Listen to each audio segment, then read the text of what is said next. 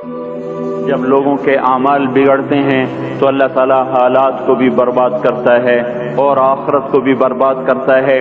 مال نے نہ کسی کو اللہ کی بارگاہ میں پہلے عزت دلائی، نہ آج عزت دلا سکتا ہے۔ دنیا کے اقتدار نے نہ پہلے کسی کو کامیاب کیا، نہ آج کسی کو کامیاب کر سکتا ہے۔ یہ میرے بھائیوں آج کا دھوکہ ہے کہ ہم اپنی منشاہی پہ چل رہے ہیں اور ہمیں اللہ کے دستور کا پتہ نہیں ہے کہ اللہ تعالیٰ کن چیزوں سے راضی ہے، کن چیزوں سے ناراض ہے، کس پر اس کی پکڑ آتی ہے، کس پر وہ معاف کرتا ہے۔ اس لیے یہ ساری دنیا کے انسان انتہائی خطرے میں چل رہے ہیں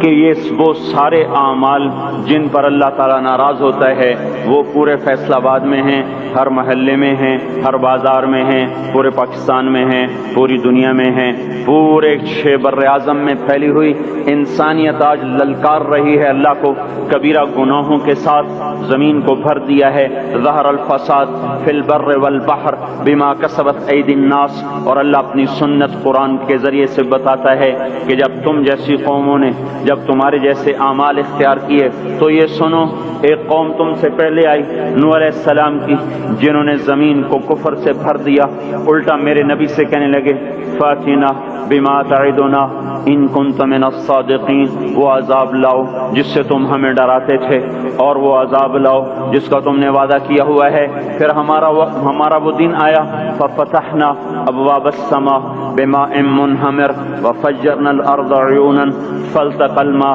على امر قد قدر، آسمان کے دروازے کھولے، زمین کو چشمے بنا دیا۔ یہ نہیں کہا کہ زمین سے پانی نکل کر، فجرنا الارض عیونا،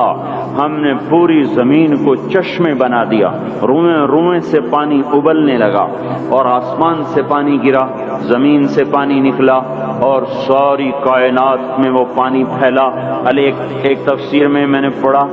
کہ اللہ تعالیٰ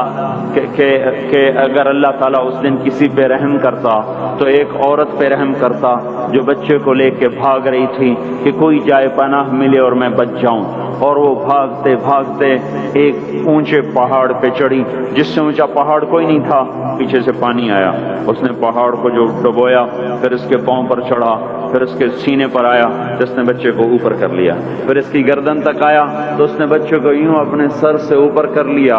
کہ شاید بچہ بچ جائے، بر پانی کی موج نے نہ بچے چھوڑے نہ بڑے چھوڑے، سب کو برابر کر دیا، یہاں تک کہ ان کے اپنے بیٹے کو اللہ تعالیٰ نے سامنے وحال بینہم الموج فکان من المغرقین، سامنے ہلاک کیا۔ 3 آدمی غار میں چھپ گئے اور اوپر پتھر رکھ لیا کہ یہاں تو پانی نہیں آئے گا، چاروں طرف جو پانی کا تماشا دیکھا، اندر بیٹھ گئے۔ تھوڑی دیر میں تینوں کو تیز پیشاب آیا اور بے قرار ہو کر پیشاب کرنے بیٹھے، اللہ نے پیشاب کو جاری کر دیا، اور وہ پیشاب کرتے کرتے کرتے اپنے ہی پیشاب میں غرق ہو کے مر گئے۔ جو کام قوم نوح کرتی تھی وہ کام آج ہو رہے ہیں، ساری دنیا میں ہو رہے ہیں۔ قوم عاد آئی بڑی طاقتور، یہاں تک کہ للکارنے لگے من اشد منا قوہ، کوئی ہے ہم سے بڑا طاقتور تو لاؤ نا، ہمیں کس سے ڈراتے ہو؟ ان نقول الا اعتراک بعض آلہتنا بسوء،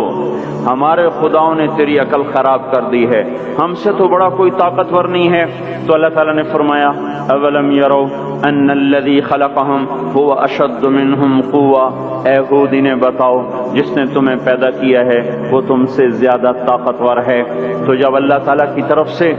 وہ حجت پوری ہوئی اور وہ اپنے تکبر میں بڑھتے رہے، نافرمانی میں بڑھتے رہے، تو اللہ نے عذاب کا دروازہ کھولا، قحط آ گیا،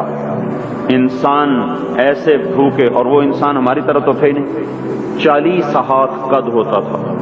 30 ہاتھ قد ہوتا تھا،